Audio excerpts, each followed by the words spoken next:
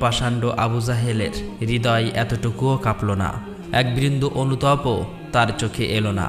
এদিকে সেই ইহুদি ব্যক্তিটি তাদের নেতার কাছে এসে বলল, আজ এমন এক ঘটনা দেখেছি যা কল্পনাকেও হার মানায়।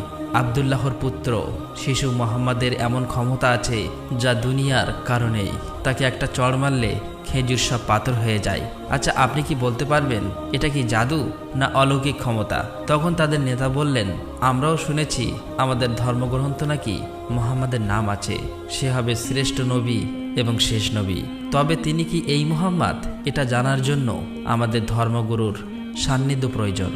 যদি এটা সত্য হয় তবে তাকে আমরা বাঁচাতে দেব না, এই পৃথিবী থেকে সরিয়ে দেব। তোমরাও যাও, আমাদের ধর্মগুরুর কানে এটি পৌঁছে দাও। তখন সেই ইহুদি ব্যক্তিটি আবারও আবু জাহেলের বাড়ির দিকে রওনা হলেন। যেতে যেতে সেই খেজুর বাগানের কাছে উপস্থিত হয়ে দেখলেন সমস্ত খেজুর গাছের খেজুর নেই, সব একেবারে পাথর হয়ে গেছে। এটা দেখে সেই ইহুদি ব্যক্তিটি হতভম্ব হয়ে গেলেন। তিনি আর এক মুহূর্ত দাঁড়ালেন না, খুব দ্রুত আবু জাহেলের বাড়ির দিকে রওনা হলেন। আবু জাহেলের বাড়িতে এসে বললেন, ভাই, আপনার খেজুর বাগানের সমস্ত খেজুরগুলো তো পাথরে পরিণত হয়ে গেছে। এখন এটাকে যদি ফিরিয়ে আনতে না পারেন তাহলে অনেক টাকা ক্ষতি হয়ে যাবে। এটাকে ফেরানোর একমাত্র পথ হলো শিশু মোহাম্মদের কাছে ক্ষমা চাওয়া।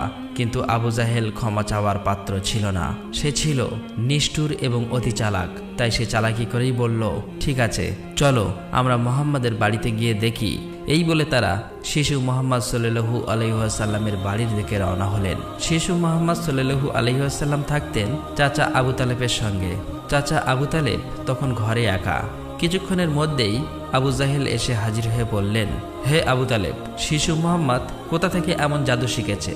সে তো বড় জাদুঘর, সে আমার খেজুরগুলো সব পাথর করে দিয়েছে। কোথায় গিয়েছে তুমি কি খবর রাখো? তাকে তো খুঁজে পাওয়া যাচ্ছে না। দেখো কোন পাহাড়ের কিনারায় জঙ্গলের বাঘ ভাল্লুকে খেয়ে নিয়েছে কিনা। এই কথা শোনা মাত্রই চাচা আবু তালেব আর দেরি করলেন না, শিশু নবীকে খুঁজতে বার হলেন।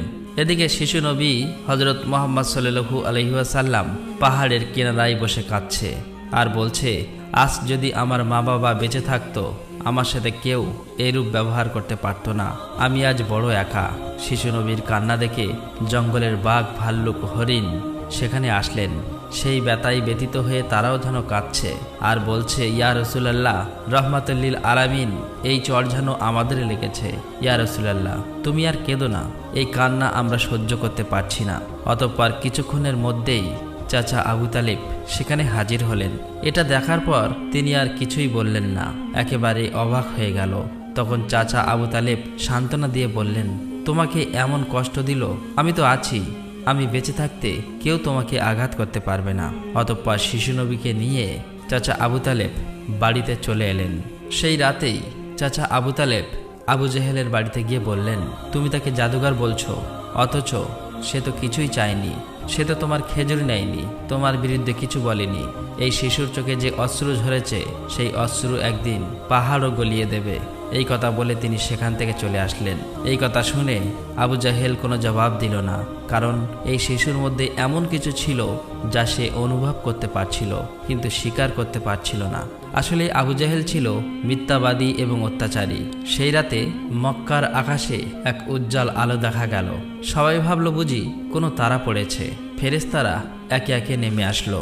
এক ফেরেশতা আরেক ফেরেশতাকে বলল, এই শিশুর চোখে পানি দিয়ে একদিন মহা কিতাব নাজিল হবে। এই শিশু হবে